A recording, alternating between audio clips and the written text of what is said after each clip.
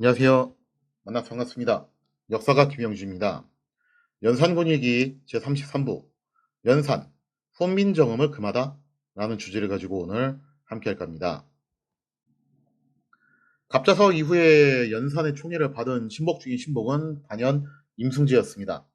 그런데 연산의 총애를 받았던 신복이 하나 더 있었는데 임사홍, 임승재, 뭐 정확하게는 임승재가 진짜 총애를 받은 사람이고요. 말고 또 누가 있었냐 하면은 좀 다른 유형의 인물이 있었어요. 그 사람이 바로 누구였냐면은 신수군이었습니다.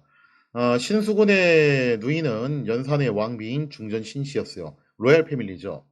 중전 신씨는 덕망과 기품이 있어가지고 중전으로서의 풍모를 갖추고 있었다라고 해요. 그러니까 만약에 연산이 정상적인 왕이었으면은 중전 신씨가 그래도 조선 역사에서 나름 손가락에 꼽히는 그런 괜찮은 왕비로 평가를 받을 뻔도 했는데, 하여튼 그 왕이 원체 이제 저런 폭군으로 낙인이 찍히다 보니까 중전 신씨도 확실히 이제 그 점에서 손해를 좀 많이 본 게 있죠. 그래서 이 중전 신씨가 그래도 나름 이제 양식이 있는 교양이 있는 사람이에요. 그래서 연산에게 여러 차례 이제 막 눈물로 호소를 하고 막 간언을 하고 그랬다라고 해요. 전하 이러시면 아니되옵니다. 그랬다라고 하죠. 지금까지 연산에게 이렇게 간언하고 잔소리했던 사람들은 어떻게 됐습니까? 음. 수박 먹고 싶은데 수박 못 먹겠다. 그거 하나 가지고서도 부관 참시당하고 막 그러는 판국인데, 왕비라고 해가지고 이거 무사하게 넘어갈 수 있겠냐 과연. 근데 재미있는 것은 그렇게 희대의 엽색 행각을 벌였던 연산. 그러면은 조강지처를 찬밥대고 할 것 같은데, 그럴 것 같은데 좀 의외의 모습이에요 이게. 자신의 왕비인 중전 신씨에 대해서만큼은 또 깍듯이 대했다라는 점이죠. 역사적으로 보면은 그런 사람들이 종종 있더라고요. 여자 관계가 되게 복잡한데 그거하고 별개로 본처하고 또 관계도 잘하고, 하여튼 또 그런 사람들도 있긴 있어요 보면은. 자, 그게 어느 정도였냐면은 이렇게 중전 신씨가 연산에게 간언을 하면은 막 눈물로 호소를 하면서 간언을 하면은 평소 연산답지 않게 중전 신씨의 간언에 한 번도 화를 내질 않습니다. 물론 중전 신씨의 간언을 들어주진 않았어요. 들어주진 않았는데 그래도 화는 내진 않았고, 그리고 연산이 수시로 중전 신씨의 덕을 칭송하는 말을 했다라는 거예요. 나중에 이런 명령도 내립니다. 중전의 덕을 높이 사가지고 중전의 덕을 금으로 만든 솥에다 새겨라. 얼마나 덕망이 있는 왕비인지. 그래서 이거를 후세토록 전해라 라는 그런 명령을 내리기도 했다라는 겁니다. 그런 거 놓고 보면 뭐 이제 조강지처하고의 관계는 나쁘지는 않았다. 이게 좀 약간 의외의 모습이죠. 아무튼 중전 신씨가 이렇게 연산의 총애를 받다 보니까 자연스럽게도 그 오라비인 신수군 또한 연산의 신임을 얻게 됩니다. 물론 이제 신수군은 무오사화 때부터 유자강하고 뜻을 함께 이었던 훈구파의 거두 중 한 명이었습니다. 로얄 패밀리이기도 했었죠. 근데 이제 그런 점들도 아마 작용을 했을 것이고, 그리고 이제 자기 누이인 중전 신씨가 연산에 어마어마한 총애를 얻다 보니까 이제 이것 때문에 덩달아서 신수군도 엄청난 권세를 누리게 되었다라고 볼 수가 있겠습니다. 자, 그리고 신수군은 여기에 멈추질 않고 요게 이제 나중에 역사적으로 굉장히 중요한 의미를 갖게 되는데, 이게 뭐냐면은 신수군이 자신의 딸을 연산의 이복 동생인 진성대군, 사실 냉정하게 말해서 현재 연산의 왕위를 노릴 수 있다면 가장 강력한 후보군이 바로 이 진성대군이죠. 그 진성대군에게 시집을 보내는 등 왕실과 겹겹이 혼사를 맺을 정도로 그 권세가 어마어마했다라고 하죠.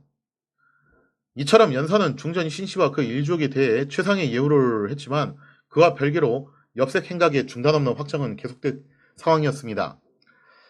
예전처럼 뭐 가난하는 신하들도 없겠다. 그죠? 뭐 대관들도 거의 다 폐지시키고 남아있는 대관들도 그냥 감찰 업무나 보게 하고 그런 상황이죠. 그러니 뭐 이제 눈치 볼 것도 없으니까 가끔씩 뭐 이제 왕비인 중전 신씨가 눈물로 호소를 하지만 뭐 그 정도는 그냥 이제 받아 넘기고 러프하게 넘기는 거죠. 자, 그리고 난 다음에 이제 연사는 연일 사냥과 연애를 베풀었다는 거예요.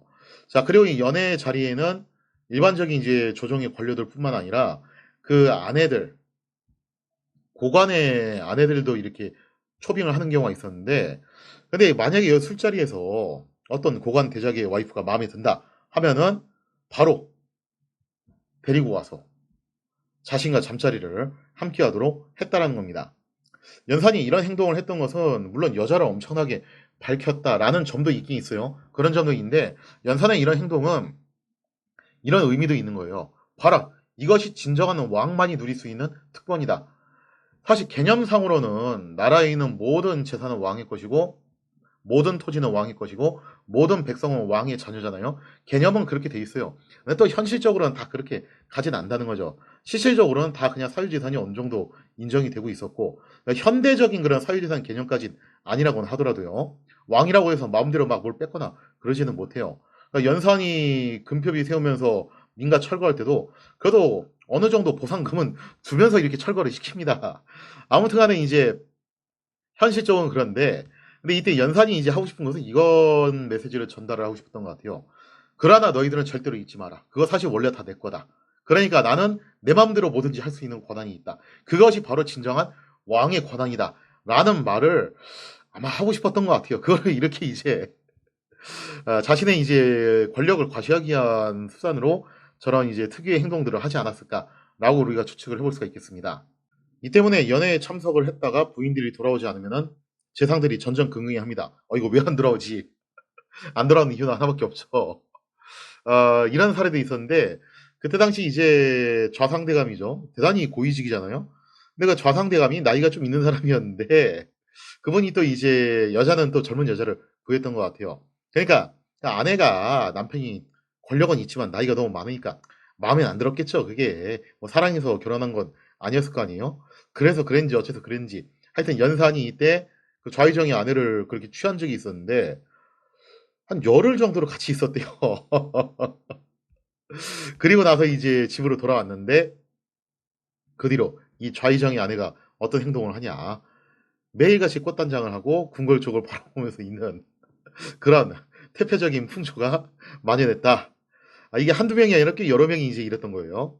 자, 여기서 멈추질 않고 연사는 궁 밖으로 행차하던 도중에 마음에 드는 여인이 있으면은 길 위에서도 교합을 하는 등 그야말로 세격 마인의 모습을 보여주게 됩니다. 심지어 자기 어머니인 패비 윤씨 묘소 앞에서도 이런 행동을 하거든요. 그래서 이것 때문에 갑자사화를 두고서 저게 진짜 어머니 복수를 하기 위해서 했던 게 맞냐? 혹시 자기 저거 엽색 생각하기 위해서 버린 일 아니냐? 그런 말이 나오는 이유가 사실 여기에 있는 겁니다. 자, 이처럼 연산의 마카파식 엽색 행각에 그 끝을 모를 정도로 이게 폭주를 하게 되니까 곳곳에서 균열의 조짐이 보이기 시작을 합니다. 사람들이 이제 슬슬 넌더리를 내기 시작을 하는데 갑자사 이후에 연산의 통치가 한 3년 남짓밖에 안 됐는데 정말 나라 망가지고 체제 무너지는 거 한순간이더라고요.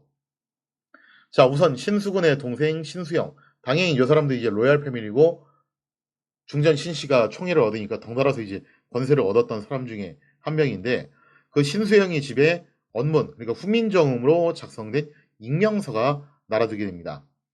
뿐만 아니라 종로의 기둥에도 역시 언문으로 작성된 익명서가 날아들었는데 그걸 누가 벽보처럼 붙여놓은 거죠. 하나같이 다 연산에 대해서 날선 비판을 하는 내용으로 채워져 있어요. 저렇게 여자 사냥이나 하고 있고 신하들 잡기를 도살장에 짐승 잡듯이 잡고 있고 저런 식으로 백성들을 못 살게 구는데 저거를 가만히 내버려둬서 되겠냐? 뜻이 있는 자들아 나를 따르라. 뭐 이런 식으로 이제 반란을 선동하는 그런 이제 익명서가 이런 식으로 날아들게 되었다는 거죠.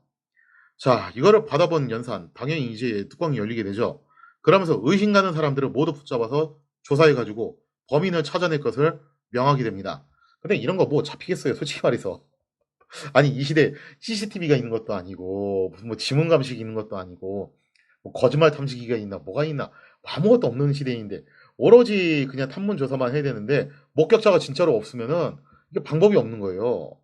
그래서 뭐 의심 가는 사람 몇 사람 붙잡기는 했겠지만 딱히 뭐 이걸 갖다 입증할 수 있는 방법이 있는 것도 아니고 자 그래서 이제 연산이 결국에는 이제 어떤 식으로 특정을 짓냐면은 이거는 하나밖에 없다. 갑자사 당시 죄를 입은 가족들이 저지른 것이 분명하다. 그러니까 그때 당시 갑자사 때 숙청됐던 신하들 그 가족들까지 같이 죽이는 경우도 있었고 죽이진 않고 뭐 귀양을 보내거나 혹은 뭐 이제 정도가 그렇게 심하지 않다 싶으면은 가족들은 좀 봐주거나 하는 경우도 있었어요. 근데 어쨌든 살아남은 가족들이 있긴 있었는데 이 사람들을 다 잡아다가 처벌을 하라는 명령을 내리게 됩니다. 자 그리고 이세자를 비롯해서 갑자사 당시 화를 당한 핵심 인사들 그 자손들을 남김없이 다 죽여라 라고 명을 내리는 등 대단히 신경질적인 모습을 보이게 됩니다. 자, 여기서 이제 연산의 이런 모습에 대해서 두 가지 사실을 우리가 좀 생각을 해봐야 되는데요. 첫째, 대단히 신경질적인 모습을 보인다는 거죠. 저런 식으로 연좌제 마구잡이로 걸어가지고. 그렇다는 것은 연산이 이 익명서에 대해서 대단히 민감한 반응을 보였다는 거예요. 본인도 좀 불안하게 느낀 겁니다. 이거 이러다가 어디선가 체제가 균열이 일어나서 무너지는 거 아닌가? 혹시 이게 그 신호탄이 되지 않을까? 그런 불안감이 항상 마음속에 있다는 거예요. 그러니까 그 불안감을 해소하기 위해서 어쩌면은 저렇게 더 노는데 집중을 했을지도 모를 일이죠. 그리고 또 두 번째가 뭐냐면은 그렇게 신경질적으로 명령을 내림에도 불구하고 자신이 세운 원칙, 갑자사화 때 화를 입은 사람에게만 환정을 한다. 형벌은. 그 이상 더 이상 이거 확장시키지 않는다. 그거는 또 지키고 있어요. 이런 걸 놓고 보면은 대단히 노련한 정치 감각을 갖고 있는 그런 인물이라고 볼 수가 있겠습니다. 정치 감각은 참 노련한 사람인데 아무튼 간에 이제 이런 식으로 연산이 신경질적인 반응을 보였다는 것은 자기도 자기가 무슨 짓을 해야 하는지를 알고는 있다는 겁니다. 거기에 대한 불안감이 있다는 거죠. 이러한 조치에도 성이 풀리지 않은 연산은 급기야 익명서가 언문으로 작성됐다는 것에 주목을 하고 훈민정음 사용을 금지하는 그야말로 초유의 조치를 내리게 됩니다. 연산은 앞으로 훈민정음의 사용을 금할 것이며 언문으로 주석을 단 책을 모두 찾아내서 불살하라 라고 명을 내립니다. 다만 말은 이렇게 하긴 했는데 실제로 이게 100%다 지켜지진 않아요. 왜 그러냐면은 아무리 연산이라고 해도 선대왕이 만든 글을 무조건 그냥 폐할 수는 없겠죠. 그래서 연산 때 이거를 두고서 뭐 이제 한글의 암흑기다 이것 때문에 한글이 뭐 이제 근절될 뻔했다 그런 식으로 이제 평가를 내리신 분들도 있지만 뭐 한편으로는 또 이런 평가도 가능할 것 같아요. 그 정도까지는 아닌 것 같다.